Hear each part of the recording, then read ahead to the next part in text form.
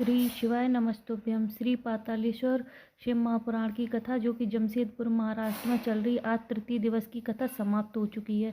अगर किसी कारणवश आप कथा नहीं सुन पाए हो तो इस छोटे से वीडियो में कथा की महत्वपूर्ण जानकारी, उपयोगी उपाय जानने को मिल जाएगा। आज गुरुजी ने बहुत अच्छा उपाय भी शेयर किया है, वो भी हम आपके साथ वीडियो के लास्ट में शेयर करेंगे। तो चलिए चलते हैं कथा की तरफ। आज की कथा कुछ इस प्रकार से शुरू हुई कि गुरुजी ने कहा, जब आपको लगे कि आपका मन बहुत दुखी है, बहुत भर गया है, तो आपको कुछ भी अच्छा नहीं लग रहा है, तो आपको शिव की शरण में अवश्य जाना चाहिए। जिस तरह से जब बादल भर जाते हैं फिर वह बरसते हैं, उसी तरह से जब आपका दिल भर आए तो आपको भी शिव की शरण में अवश्य जाना चाहिए, आपको अच्छा अनुभव होगा। तभी शुभावती जी पत्र लेकर आई। उन्होंने कहा, मेरी तबीयत बहुत ख़राब हो गई थी, फिर इलाज के लिए गए तो गठान निकली। गठान की जब जांच हुई तो उसमें कैंसर निकला। डॉक्टर ने पटना में ऑपरेशन को बोला। फिर सबने कहा कि पटना में ऑपरेशन अच्छा नहीं होगा, इलाज नहीं है, आप मुंबई जाओ। फिर हम मुंबई गए, वहाँ पर दिखाया। फिर किसी ने कहा कि शिव मंदिर जाओ और शिव पे चढ़ा हुआ जल लगाओ। फिर हम शिव का चढ़ा हुआ जल घाव में लगाने लगे और बाबा की कृपा से धीरे धीरे घाव पूरी तरह से ठीक हो गया। मेरा कैंसर भी ठीक हो गया।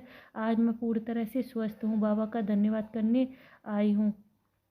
तभी किरण देवी जी पत्र लेकर आई। उन्होंने कहा, मेरी 7 से 8 पीढ़ी में किसी की भी सरकारी नौकरी नहीं थी, हम 200 से 250 रुपये दिन में कमाते थे। फिर हमने अपने बेटे से कहा कि बाबा पर एक बेलपत्र लगाकर और बाबा की कृपा से एग्ज़ाम देने जाओ। और फिर उसने पशुपतिनाथ का व्रत भी रखा। बाबा की कृपा का क्या वर्णन करूं कि उसकी बीएसएफ में सरकारी नौकरी लग गई। रंजिनी जी भी पत्र लेकर आई। उन्होंने कहा, मेरी पति की किडनी में पथरी हो गई थी और लीवर में भी हो गई थी, डॉक्टर ने ऑपरेशन को बोला। फिर आपकी कथा के बारे में सुना।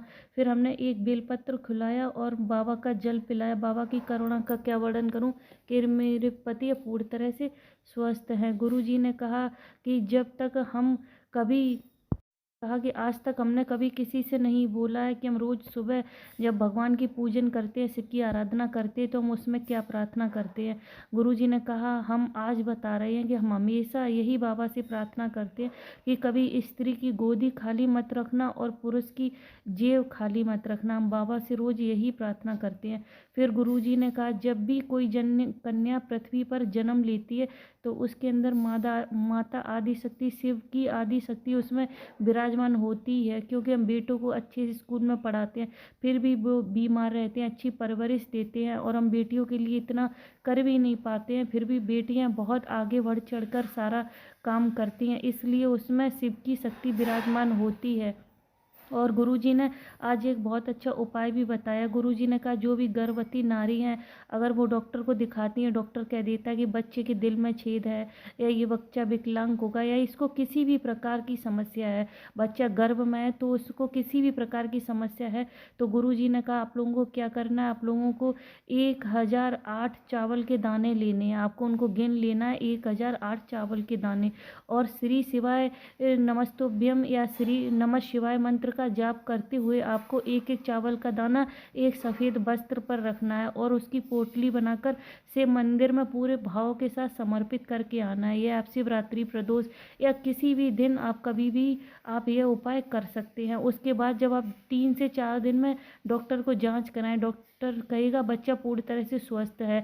अगर डॉक्टर ऐसा ना बोले, अगर आप बच्चा ठीक ना हो, तो आप यह उपाय दोबारा करिएगा। गुरुजी ने कहा, बच्चा को पूरी तरह से आराम मिलना निश्चित है, डॉक्टर खुद बोल देगा यह बच्चा पूरी तरह से स्वस्थ है। इसी के साथ साथ आज की कथा विश्राम लेती है। मिलते हैं कल नई कथा में, तब तक श्री शिवाय नमस्तुभ्यम।